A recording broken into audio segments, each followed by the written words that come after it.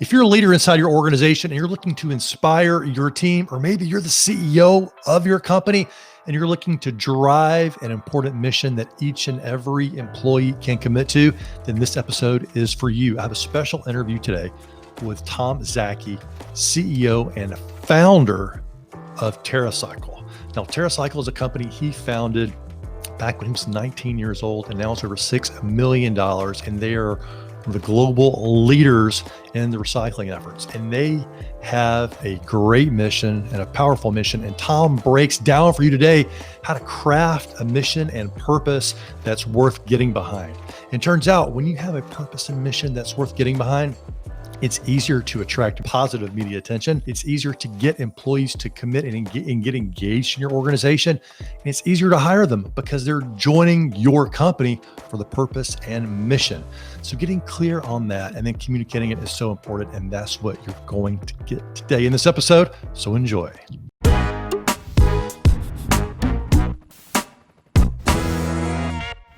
You know, I had this big turning point, really meaningful one in my first year at Princeton. You know, the first classes I took was economics, intro to econ. And the professor gets up on stage. First question she asks is, what's the purpose of business? Now, actually, just for fun, let me ask you a question. How would you answer that? Well, the textbook definition that I was brought up with is to increase shareholder value. It is absolutely right. Increase profit to shareholders. Yeah. But I was like, not inspiring. Very uninspired. That's not to say I'm anti-profit. Profit is critical. But I would argue that profit is more of an indication of health, right? If you're profitable, your business will flourish, grow, and be around for a while. Got it. All right. Right? And not profitable, well, the opposite will happen, and one day the business will go broke. But it's maybe not the reason of being, right? Like, shouldn't the reason of being of a business be, what does it do? How does it help, solve a problem? So start with the problem. Yeah. And then see how you can solve it in a profitable fashion. Right. Okay. And that to me was that twist, like utopian, you're in college, you can sort of like my mind went there, and, waste became the topic because it hit all those criteria for me. And yeah, within a year I'd left school and started TerraCycle, and, and off we go now. I mean, holy smokes. And you were 19 at the time, right?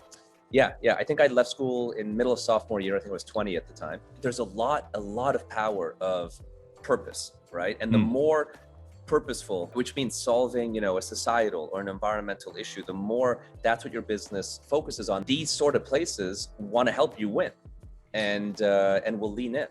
So tell me about that more. Did the purpose for TerraCycle, did it start on day one, or was it something where you had you were really enjoying this, you thought the problem was interesting that TerraCycle was going to go solve, and the purpose sort of evolved from that? Or the problem statement was waste, right? And everyone agrees that garbage is an issue. That wasn't necessarily new to me. And I wanted the mission of TerraCycle from day one was, how do we eliminate the idea of waste?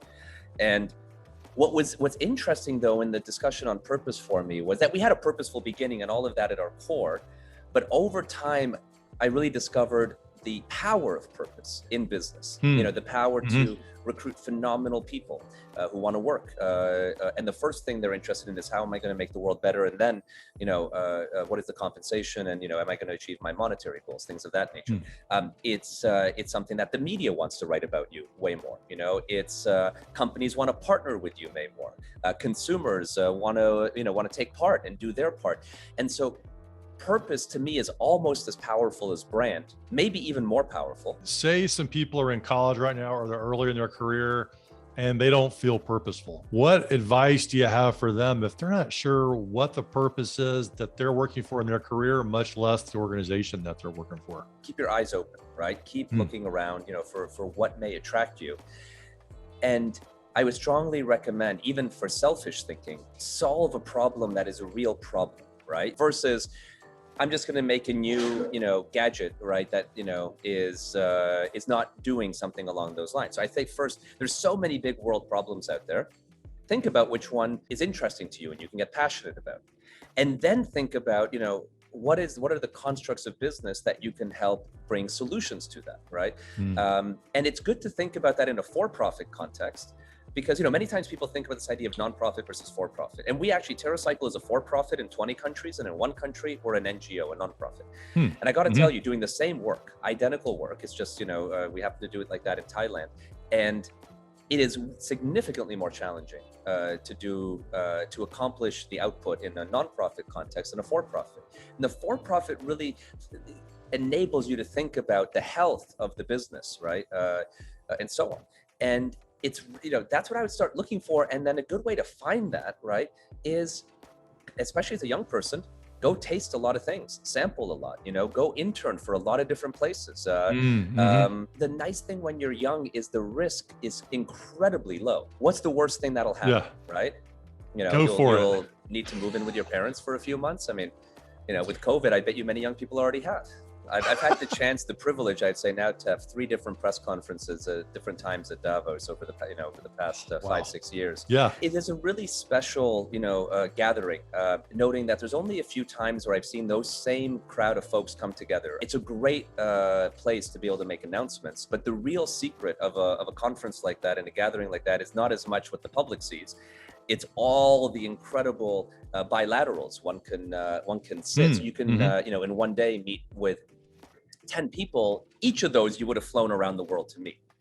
That's what's special about those opportunities. Listeners, you're not going to be able to see this, but Tom is sitting in a room with a lot of bottles on the wall.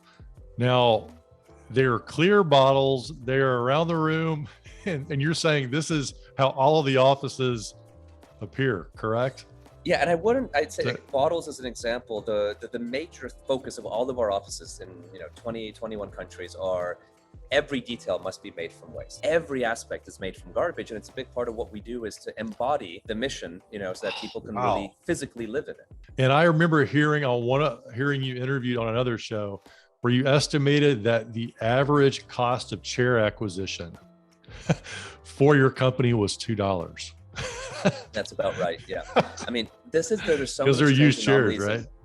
Yeah, totally. There's all these crazy anomalies in waste. So like offices will do big renovations and throw out all the furniture. A good example is we're about to be moving, we very much outgrown this building. We're moving into a larger office building early next year.